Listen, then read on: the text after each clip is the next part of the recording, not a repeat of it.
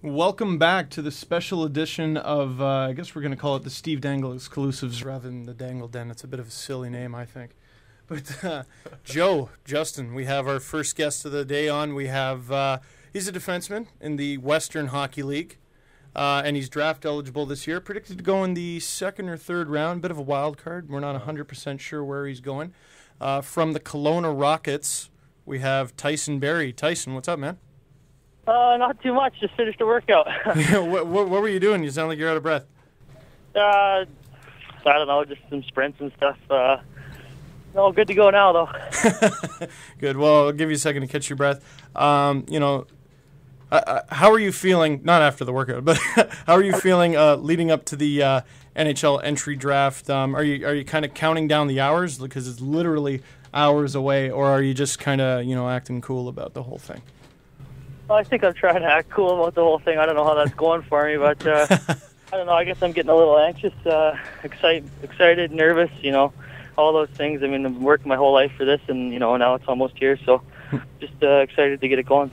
Well, it sounds like you just got out of a pretty intense workout, and, speaking of intense workouts, the NHL Draft Combine was a couple weeks ago, and I wonder, was it difficult to participate in all those, festivities and events and tests, just days after going through a huge WHL playoff run and then, kind of suffering a devastating defeat in the Memorial Cup final? I think, it was a little tougher for me. Some of those guys there have been working out for 2 months already. So for me going in, I was lucky enough that I was still in fairly good shape from the season. So I think the bike rides went okay, but the strength stuff was a little bit different. I hadn't worked out in a while, and like you said, the loss there in the finals was a bit devastating. It's probably the last place I wanted to be, but I'm glad it's over with. It's something you got to do, and I think it went pretty well. Well, and it wasn't all bad news in the playoffs. Obviously, despite the Memorial Cup loss, you're still the WHL champions, and I know a lot of people lost money on that final because the Calgary Hitmen going into the final. Nothing against the Rockets, certainly, but the Hitmen were just a juggernaut. They went into the finals undefeated, and I wonder, were even you guys, the Rockets, kind of surprised at just how you handled the Calgary Hitmen in the final to win the championship? I think maybe a little bit. I mean, after we beat Vancouver there, we knew that anything could happen in the finals, and we knew the team, and they'd had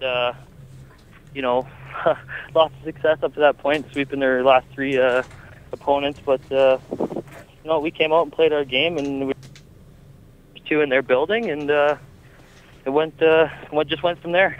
We're in conversation with Tyson Barrie of the Kelowna Rockets. For those of you listening that don't know, Tyson is actually the son of Len Barrie, co-owner of the Tampa Bay Lightning in the NHL. And I know a couple months back you actually asked him not to draft you. I wonder, has that position changed at all? And can you maybe take our listeners through why you made that request?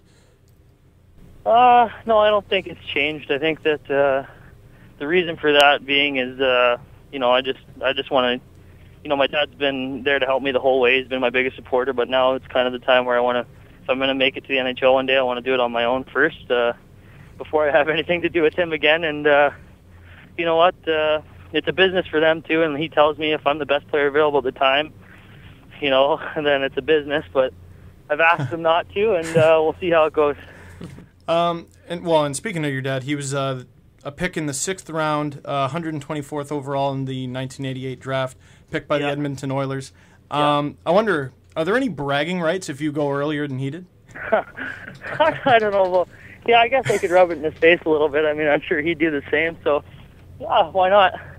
Well, and leading up to the NHL entry draft, we've talked to a defenseman who gets criticized about his size as a whole in his game, and certainly I've seen things that list you as 5'9", I've seen things that list you as 5'10". As a defenseman, even in the WHL, which is a rough and tumble league, but heading into the NHL, what would you say to someone that says, well, Tyson Barrie's size may be an issue going forward? I think, I think that I wouldn't have to say much, because I think that the way the game's played now, I mean, you see defensemen coming up all over the place that are smaller, and they can move the puck and they can skate, and they make up for their lack of size, and they're smart, and you can't you can't hook and hold and overpower people anymore. It's about containment now and skating. So I think that plays a huge part in it. I mean, I don't see size as a factor anymore. Well, Tyson, I hope you keep cool in the days leading up to the NHL Entry Draft, and certainly you deserve a rest after the workout you did, 30 seconds before this interview? Yeah. But, yeah. Well, thanks for having me. Oh, no problem, and best of luck on the 26th. Okay, thank you.